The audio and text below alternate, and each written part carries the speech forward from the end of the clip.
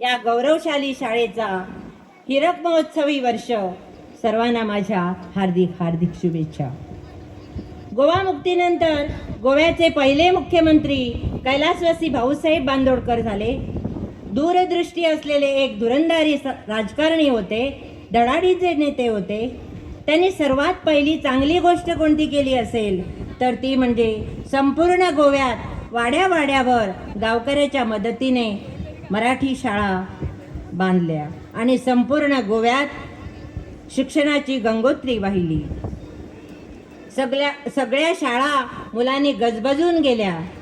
पण पुढे काही दशकांनी इंग्लिश मीडियमच्या शाळांना परवानगी दिली आणि लोकांवर एवढा परिणाम झाला की मराठी शाळा ओस पडू लागल्या. आणि मागच्या 2 दशकात तर काही शाळा जमीनदोस्त झाल्या. आज मला अभिमान वाटतो, आनंद होतो की आज ही माझी शाळा अशी डौलाने उभी आहे. याचं संपूर्ण श्रेय कुणाला जात असेल तर ते शिकवीत असलेल्या शिक्षक वर्गाला आणि पालकांना. धन्यवाद टीचर्स अँड पेरेंट्स. ज्यावेळी मी या शाळेच्या कार्यक्रमाचा मेसेज वाचला त्याच वेळी मला माझं बालपण आठवलं. गरिबीतले पण सुखाचे दिवस आठवले.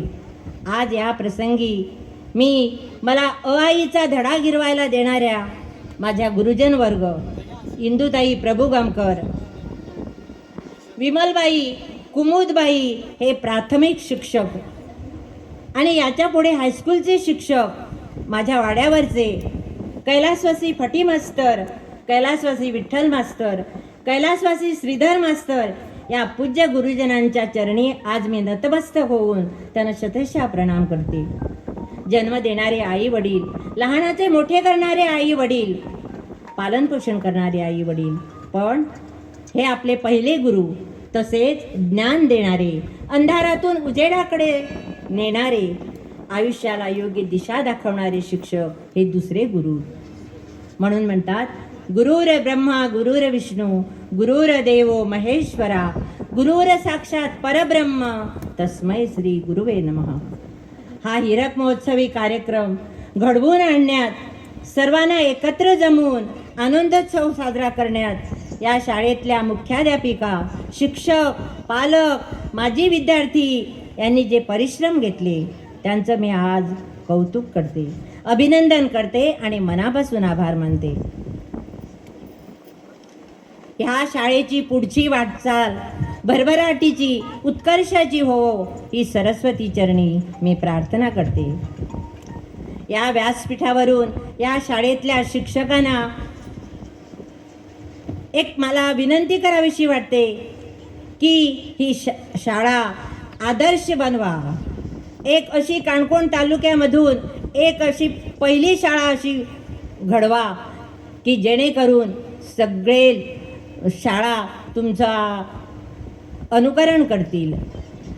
शाळेत आलेल्या प्रत्येक मुलाला तुम्ही आपल्या मुलाप्रमाणे वागवा, त्यांना शिस्त आणि वळण लावा. पुस्तकी ज्ञानाबरोबरच इतर त्यांचा सर्वांगीण विकास करण्यासाठी अनेक कार्यक्रम करता आहेत. त्या मगाशीच आम्ही तो जो स्क्रीनवरती बघितलं त्यांनी कसे कसे प्रोग्राम त्यांचे चालू आहेत ते बघून मी थक्कच झाली. मला माझ्या शाळेतली आठवण आली. मी सध्या निवृत्त होण्याच्या अगोदर मी ज्या शाळेत शिक्षिका होते त्या शाळेतले ते मला आठवलं. आणि मी सुद्धा असेच प्रयत्न भरपूर म्हणजे मुलासाठी मी 23 वर्ष एका शाळेत मी शिकवलं आणि एवढे प्रयत्न केले. पुरस्कार नाही मिळाला तरी चालेल मला, पण मी त्या अजूनपर्यंत त्या पालकांचे जे आशीर्वाद आणि मुलांचे आशीर्वाद मला मिळतात हा माझा मोठा पुरस्कार आहे. एका शाळेमध्ये मी निवृत्त होताना 60-65 मुलं, प्राथमिक शाळेतली सरांना माहीत असणार, 60-65 मुलं आणि प्री प्रायमरीची 20-25 मुलं एवढाच नाव नोंदणी करून मी समाधानाने रिटायर झाली.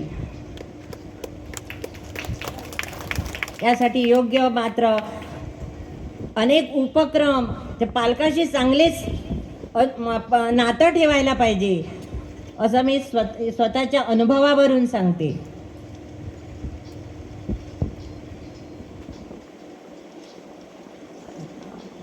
या व्यासपीठावरून या मुलांना पण इथं उपस्थित मुलं नाही जास्त, पण त्यांना सुद्धा सांगते की मुलांनो, तुम्ही खूप खूप शिका, खूप खूप मोठे व्हा आणि एवढे मोठे व्हा की तुम्ही एक चांगले आदर्श नागरिक बना. आज ह्या प्रसंगी, या आनंदोत्सवाच्या दिवशी मला आमंत्रण आलं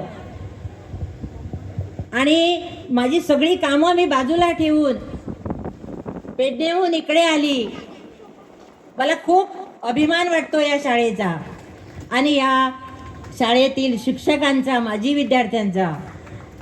परत एकदा मी त्या शिक्षकांचे, मुख्याध्यापिकेचे, या शाळेचे मी परत एकदा आभार मानते. धन्यवाद.